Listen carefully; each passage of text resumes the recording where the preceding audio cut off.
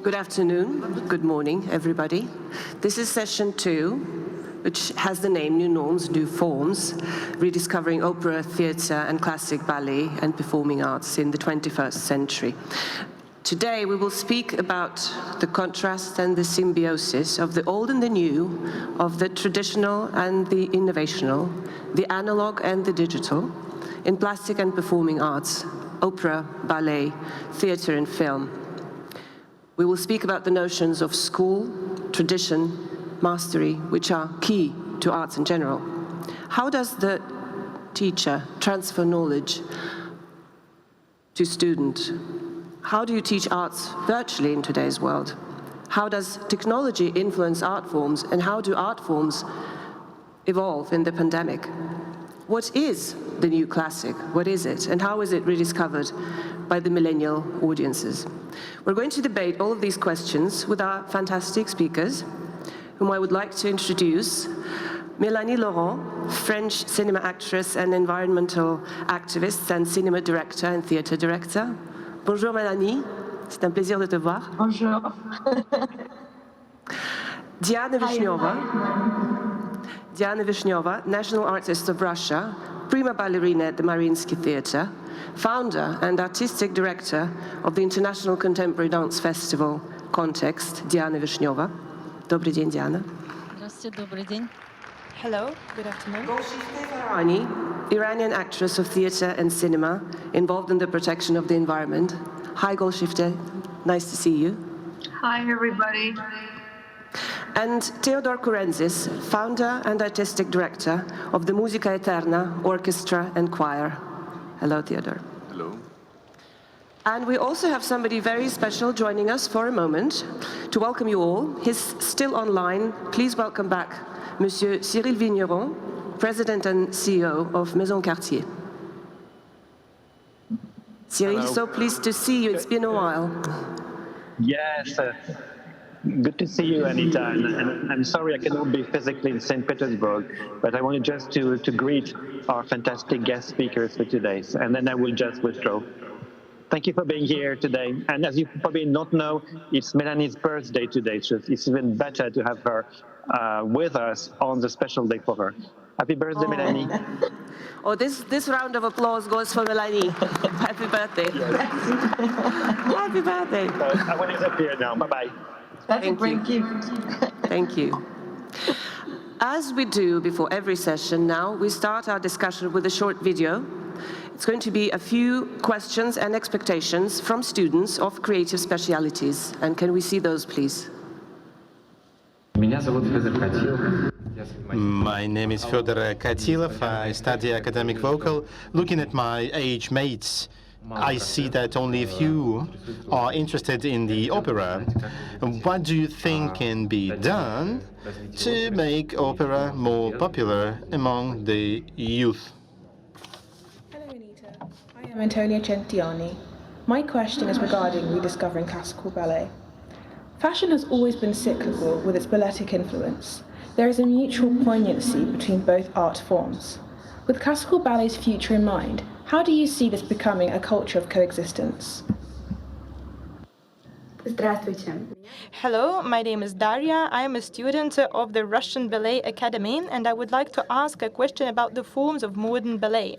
I'd like to start with the fact that Context Festival is a festival of modern choreographic art, but not a ballet festival. New productions in the opera and ballet theaters have a tendency of being performances. Choreographers choose not to use the elements of classical dance, which is the basis of the ballet.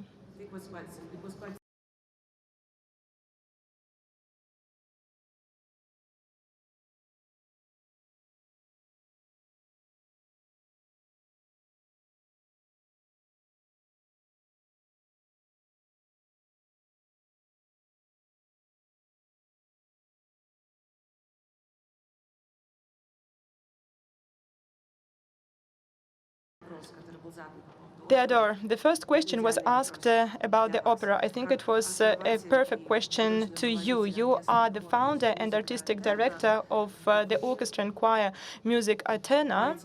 So you are renowned internationally. You are an innovative director, but at the same time, you are an interpreter and popularizer of classical opera and symphonies.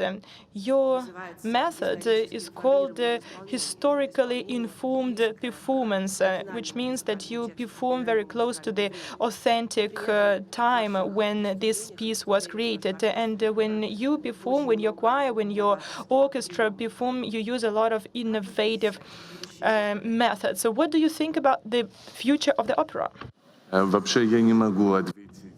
I cannot give you a single answer. I'm not a prophet. I cannot foresee the future. On the other hand, however, we can foresee some trends for the upcoming 10 to 15 years.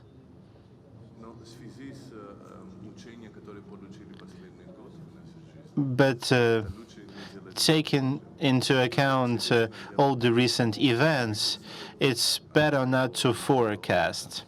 From my personal experience, I can say the following.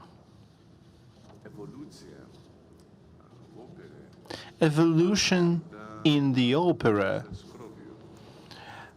comes with blood. Evolution in opera always faces major resistance from bourgeois part of society who wants to preserve it as a heritage. And naturally,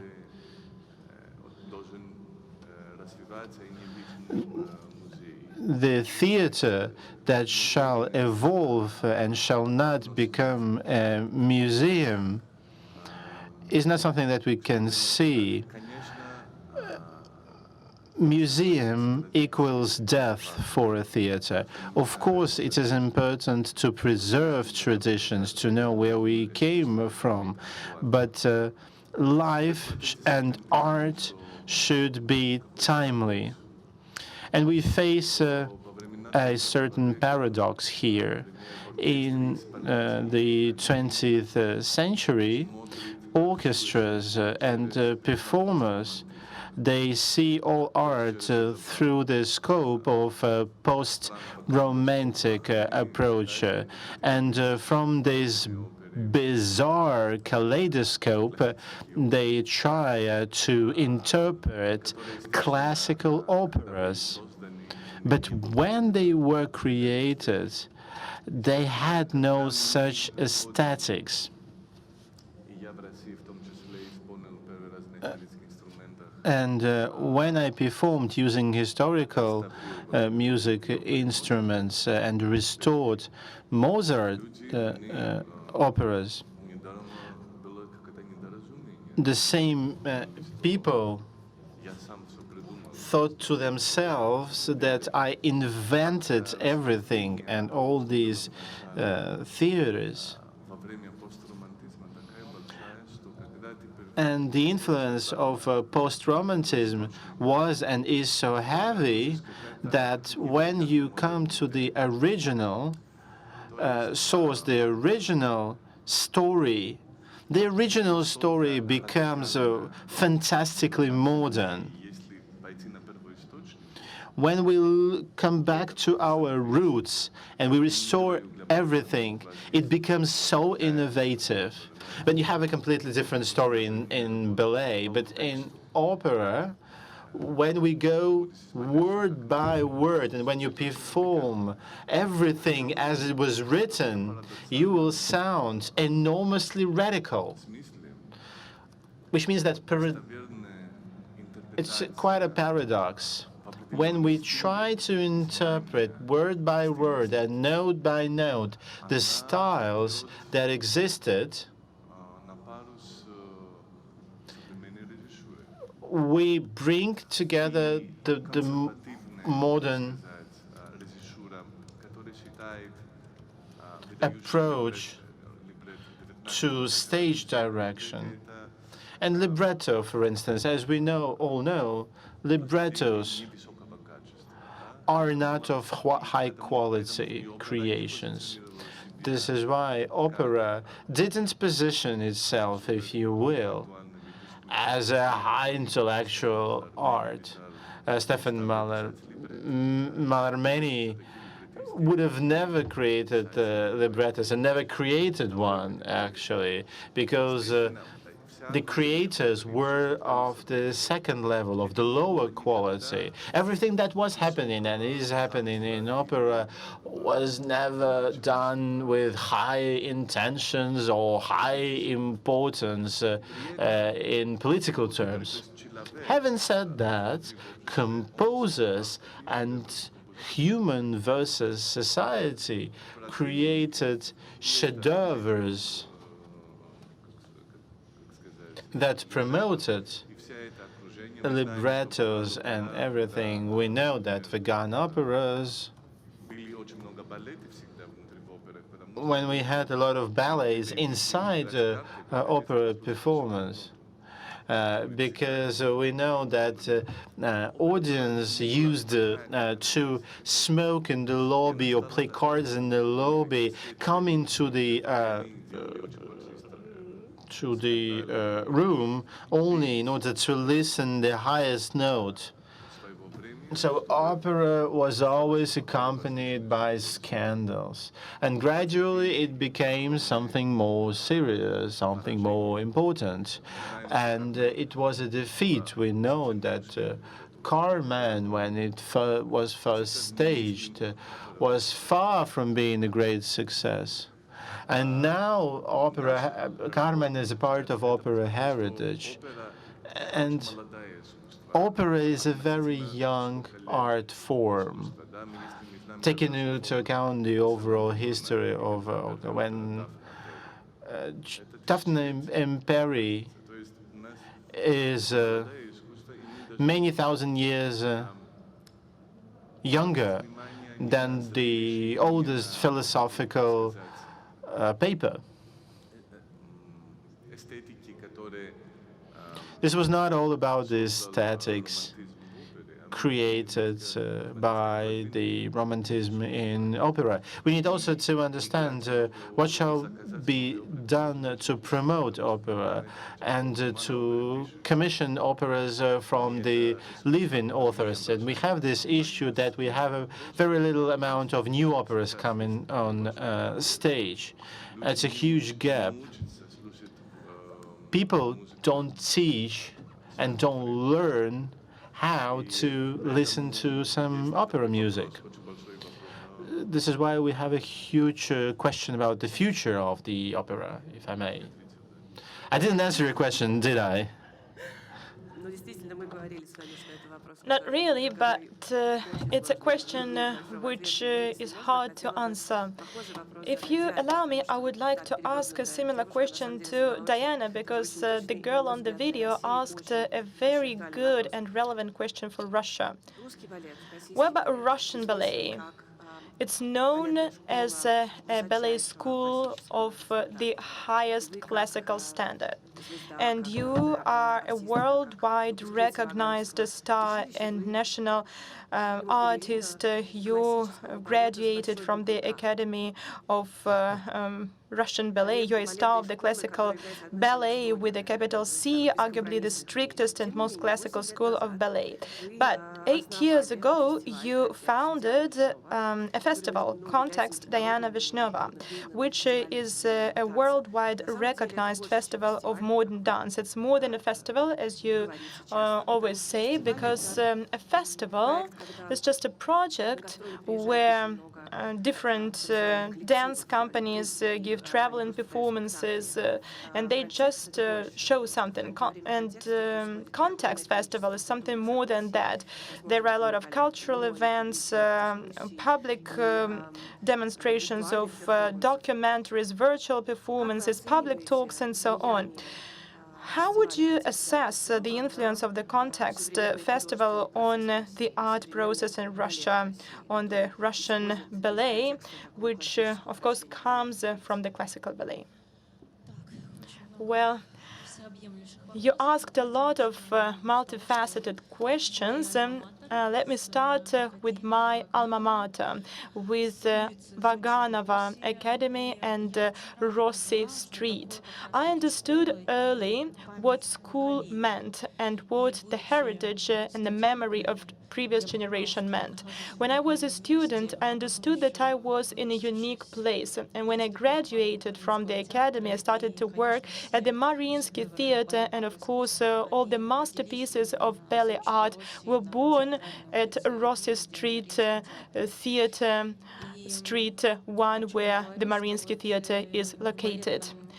I just wanted to tell you that in the ballet language, there is a phrase to transfer something from legs to legs.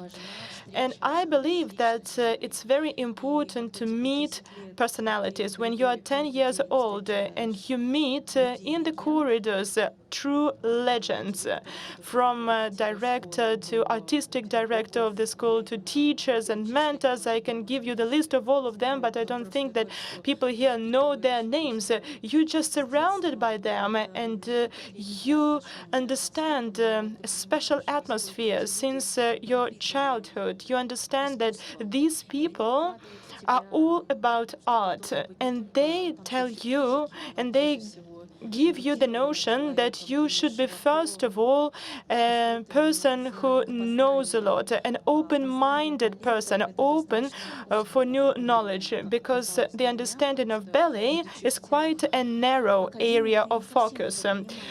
When I was in school, I didn't understand it, but later I understood it. The school gave me the foundation, the basis, which still gives me a lot for my development. The mentors, people who give you a lot and you just take it all as a sponge, still exists in me. And I still open the new facets of it. I chose the way of modern and classical dance at the same time. Because, as I told you, ballet is a form of art for elites, and classical ballet is even more narrow. That's why, to me, when I started to dance at the Mariinsky Theater, after a certain period of time, which was quite short, by the way, I understood that I wanted to be near personalities, near great persons, and open not only ballet, but dance in general to myself. That's why I started to look at modern performances and old records. Sometimes were like openings to me. Modern dance used to be on the margins, but then they started to make performances on stage, and then I started to meet such persons as Neumeier, Forsyth, great choreographers. So the world of classical ballet didn't really destroy, but it just gave me a foundation to go further.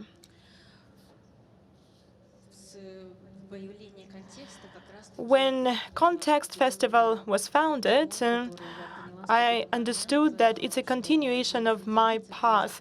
I just wanted to share my experience with people, because Soviet modern dance existed, but it was not in favor.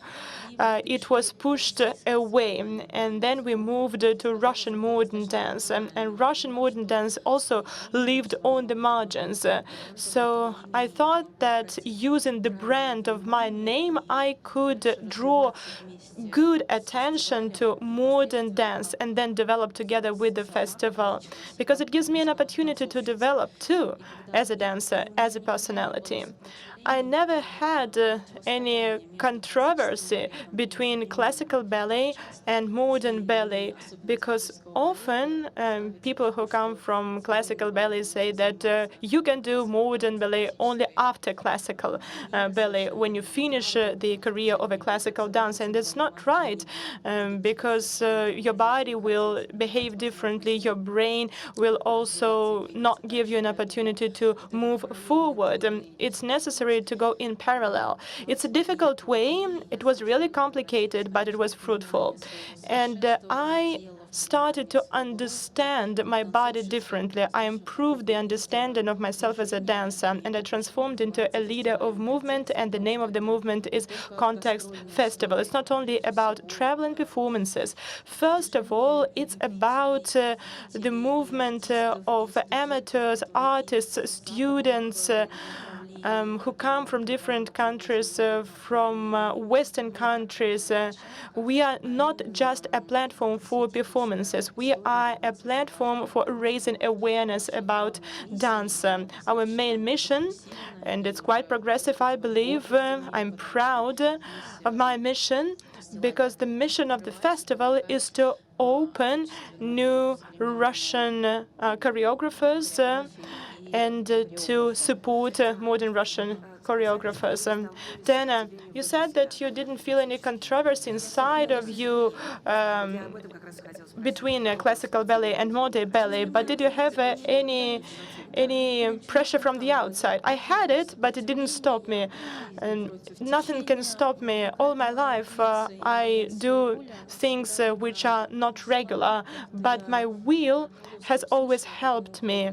I heard that someone was against it. Why does she do it? What for does she do it? Those were the questions, but I just didn't pay attention to them. Intuitively, I thought that it was the right time. And I think that I created a trend. It became a public event. It transformed into an important festival which was supported by people. And you know that without financial support, it would not be possible to organize it, because every year you are stressed out not only to organize financial means, but also to choose proper participants. It's a kind of work which lasts all the year round. Not only my work, the work of the whole team, but it's really exciting. It gives progress and movement to the whole Russian dance in general. So Panfilov, Olga Pona, Vaganova, those were the names in the past, but now the new generation comes. After 8 years of Context Festival, we have a huge database of the names, and some of the names are already used and they already participate in modern performances. We had a project with Pushkin Museum. There was a press conference, and we are going to have a cinema production. You know, after pandemics, it had a special meaning because the shooting process was organized differently, the production was organized differently. Everything was made in the environment of museum, where you feel the atmosphere of the past era. You have a bridge between the past, the present, and the future. All those things create the language of modern artistic search. But I will never reject my classical education. I'm privileged. Any modern choreographers can see the structure of the bodies, the aesthetics of the body. When they see that a person is open-minded, such modern choreographers are happy to work with you. It's a great experience to work with such a dancer. I never faced a situation when really genius choreographers would tell me, well, you're a classical dancer, you will not be able to do it. Maybe they were a little bit afraid, but at the same time understood that that person was open-minded and their body was open to it. Marta Graham, Matseka worked with me. I had a lot of experience, and I still continue to do it. And I have a question to Mélanie Laurent. Well, Diana has just been speaking about film production, about a film that she has been working on together with the Pushkin Museum of Fine Arts, which is, again, not a mix, but a symbiosis between ballet, sculpture, and movie. And Diana has mentioned how difficult it has been to produce during the pandemic and the lockdown times. And I see, Melanie, that 2020 and 2021 have been hugely productive years for you. You are directing now Le Bal des Folles. You are also starring in it as well yourself. You have just finished shooting in a movie which is called O2, which is a Netflix original, and you're now editing The Nightingale, which you shot as film director with the both Fanning sisters. And I was very surprised to see that you have been shooting it in film. This is a lot of work during lockdown. So how was it shooting during the pandemic? What were the pain points and the wins? How was it shooting in locked down Paris? Yeah, I feel I'm extremely lucky, first of all, to work and be able to make movies. I remember I didn't shoot Nightingale. We prepped Nightingale for 9 weeks, and then the movie stopped because of pandemic. And then everybody totally like split out, and everybody came home in different countries, and we stopped. We were like so close to make a movie, and suddenly everything was just like not existing anymore. And we were like shocked because, you know, pandemic was very scary when we think about it. Like, it seemed a long time ago, but the first lockdown was pretty scary. And also I realized how you just how it's interesting as an artist and a filmmaker to just take a break, you know, when you work a lot and suddenly everything stops, and then you're full of doubts. You're full of your energy change. It's pretty interesting for an artist to have like those moments of fears and those moments of like questions. Because when you work a lot and when you make a lot of movies, you realize that you don't take any time to just like, you know, take distance when you work.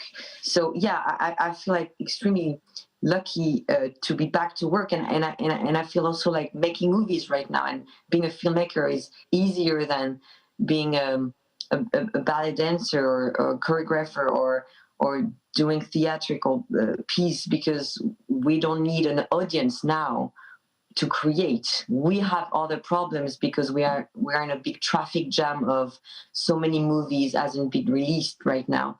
And it's going to be a big problem soon in France and in the world, because there is so many movies ready to be shown, and nothing's happening right now because everything is closed. But at least pandemic quickly after the first lockdown permitted us to work again and to be on set again.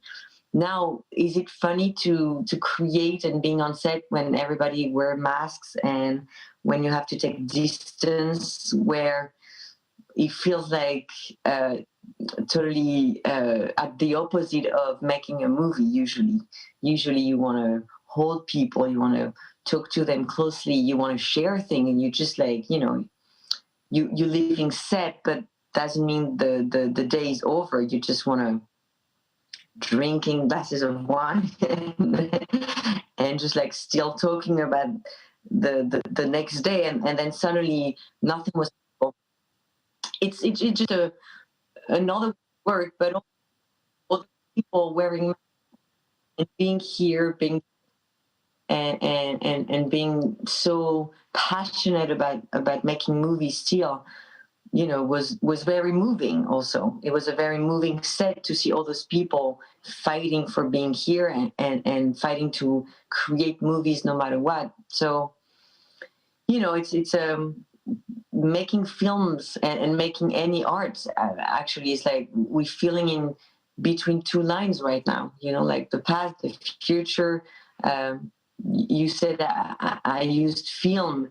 Yes, that was a specific choice. You know, today we want you to make movies in digital, but you know, making movies in film, it's just better. It looks better. The texture is better, and my dog is here, and it's just better. Thank you. But I think this would be probably then a question to everybody. And I would first like to address it to Goldshifteh and then ask everybody else also to share their opinions.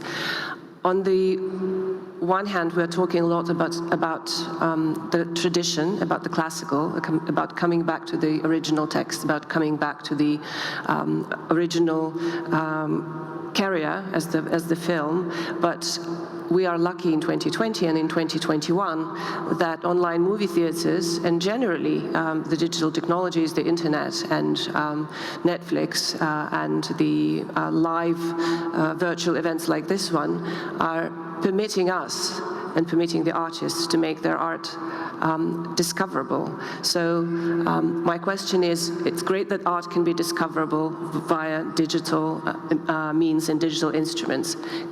How efficient can learning in arts be discoverable via digital meanings? Has it happened to you to be using virtual instruments to study, to work on something, to work with a director, to work with a choreographer? So Golshifte, the first question is to you. How did you have any learning virtual experiences in your career?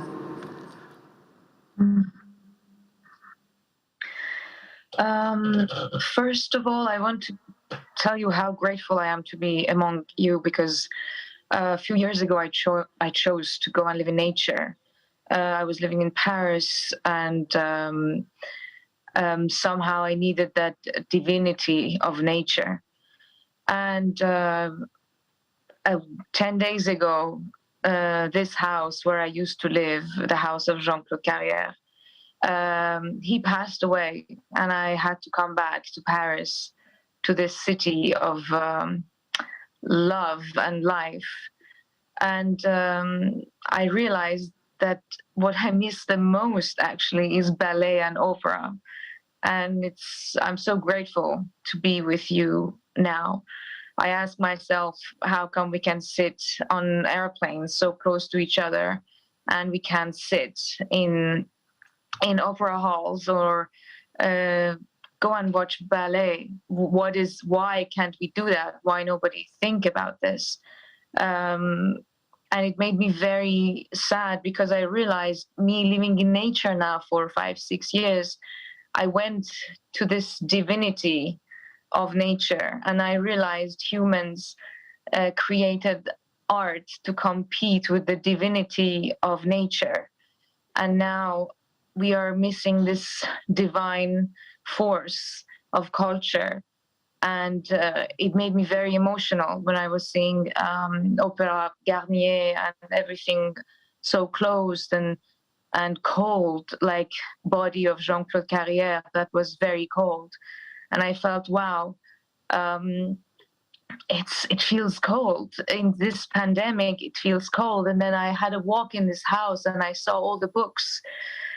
I felt this presence. And also what you were talking about tradition, I had this image in my mind that all the trees, all the plants, they start from the root.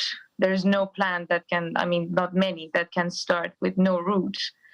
The root is strong, the root is in the ground.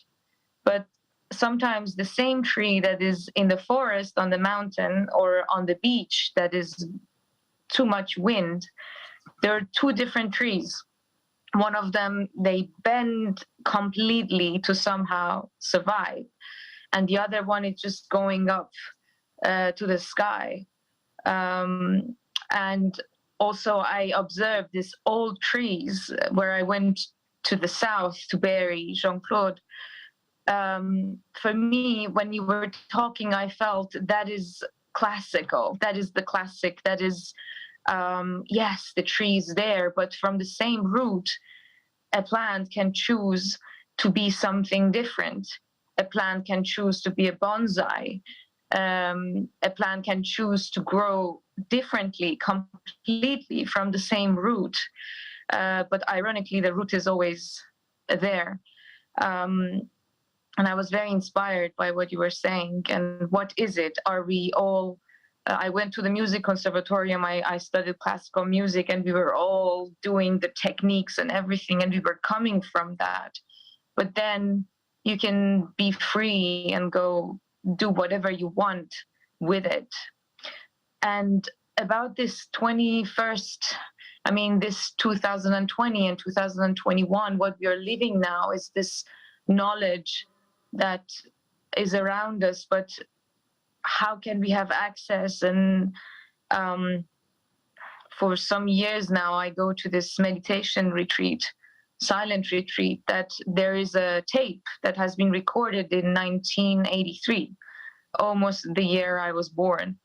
And for 10 days, or sometimes 20, 30, 45 days, we sit for 12 hours, sometimes a day. And this tape with all the instructions about what to do, how to meditate, where to go, that has been recorded many years ago, is there. The knowledge is passing, the knowledge is coming, and it's helping thousands, many. I think for thirsty people, they will find water. We can find water, even if it's not this contact of heart to heart, as Melanie says. We can't sit together and drink wine anymore. We can't feel each other's aura, temperature, whatever, that feeling that it's coming only from closeness. But at the same time, this evolution, it's an evolution. You know, the children that are made with artificial insemination, you can't say that if there is anything better in the children of love or a child coming with that artificial insemination, because the child is there. So as long as the knowledge is passing by and the seekers are going to get it and absorb it and again evolve with it, and make a new thing out of it, as now our world is very much different with what it was. We are all coming from the same root. We're all coming from the earth, and we are all the same, but we choose where we're going, and we can be inspired by knowledge that is passing, even through technology, because we are evolving. Things are evolving, and I'm somehow happy that now I'm here with you in St. Petersburg. I would much rather be with you, but we're all together. We're closer or further. We don't know. There are goods and bads, but the main thing is for everyone to stay flexible. And art is coming from flexibility. Art cannot come from rigidity. So everything rigid, it's bound to break. If we stay rigid, we are going to break. We have to be flexible and to be able to bend like a bamboo, not like a dry old tree that is going to break in the wind. Thank you, Golshifte. That is a beautiful allegory. Thank you. Я переключусь на русский. Я хотела... I will switch into Russian. Theodore, I'd like to ask you, yesterday you have mentioned a soiree that you have visited. We exist as a civilization with a lot of limits and borders, and it can live with us for some time, evidently. What do you have as discoveries, openings, maybe some virtual experience or collaborations during this year? Over the last couple of years, you mean? Or recent collaborations? Yes, indeed. It seems to me that the energy in between two people is the starting point from which every art theory grows. Art doesn't exist without a duality. When you compose music or when you simply dream, you always think of another person next to you. Even when you are alone on a castaway island, you want to share your creation with someone else. We live in a sort of space solitude. The only signal of life is a communication between two people. This communication can be spiritual. It can be physical when we touch each other. It can be also a communication through silence. And this type of communication is also important. But the energy and bioenergy that exist between two people cannot be replaced with digital communication. And when I listen to these ladies, it touches me straight to the heart. Because I consume their voices. But if these two beautiful ladies were here with us, I would receive from them even more information besides the text or paratext itself. Art is not a science about you, about others, or about the world. Art is something that brings us together to reformulate questions that are being asked. Art is all about questions. Art is not about answers. This is why the energy that exists between two persons cannot be replaced, because it is irreplaceable. We all know that all pandemics, including the one that we are living through, existed before, and in a certain way they shaped the times when they were happening. And during the Renaissance, you remember what happened. And we have this form of art that has been shaped by the plague. These major events redefine our view. But I think that we should abandon aesthetics. We should abandon cultural DNA.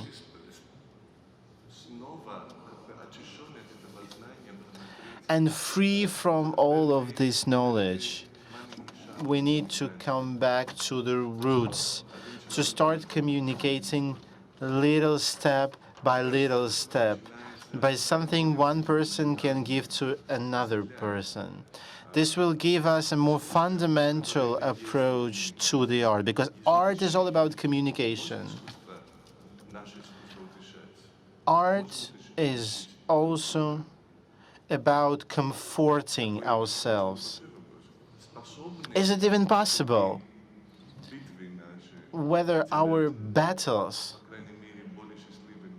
can make this work happier, or can bring consolation, or it's a false consolation because we will die anyway, tomorrow or a bit later. We are going inside this life cell, and this life cell is full of contrasts, and through these contrasts we take a lot. We take this mixture, and in this mixture maybe the sense of our existence lies. I do agree with you, but technological instruments help you and us to continue to do what we are doing. Diana, my question is to you. For the last year, you had a lot of sudden openings, discoveries that couldn't be realized because of the geographical distances, but it could be done thanks to the virtual connections. Yes, sure, a lot has changed. I'm listening to brilliant girls, and they are in the lockdown right now. I understand their feelings, because we were in the very same situation in August. Right now, everything is more free, and we are more privileged because we have an opportunity to dance, to perform. We have what we have thanks to the directors of the theaters, and this is the opportunity for us to work in the halls with the audience. Me as an artist cannot live without the scene, without the stage, without live emotions of audience. And the situation right now, from the digital standpoint, gave a lot to the theater. Choreographers created in their homes, and they were shooting this on their smartphones. But for me, it was a sort of dilettantism. It was because of the freedom.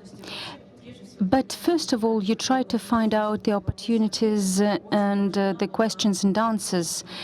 But for me, the support was important in between our industry. And I felt this a lot. I found these new initiatives for me.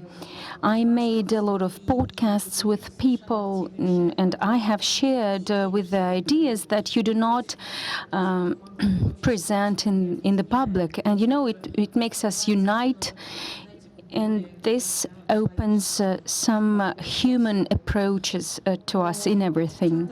But theater moves to the direction of the connection with technologies, and this is a progress.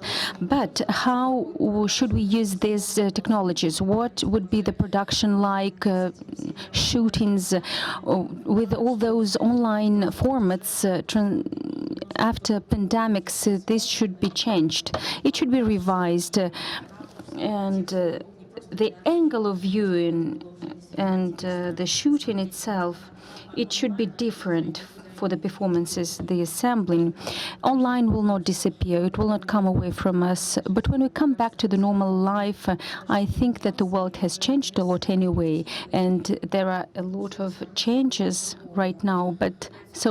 And the new genre appears, the ballet shooted as a film and assembled or cut like a film. Yes, these intersections of genres, it gives us new ways.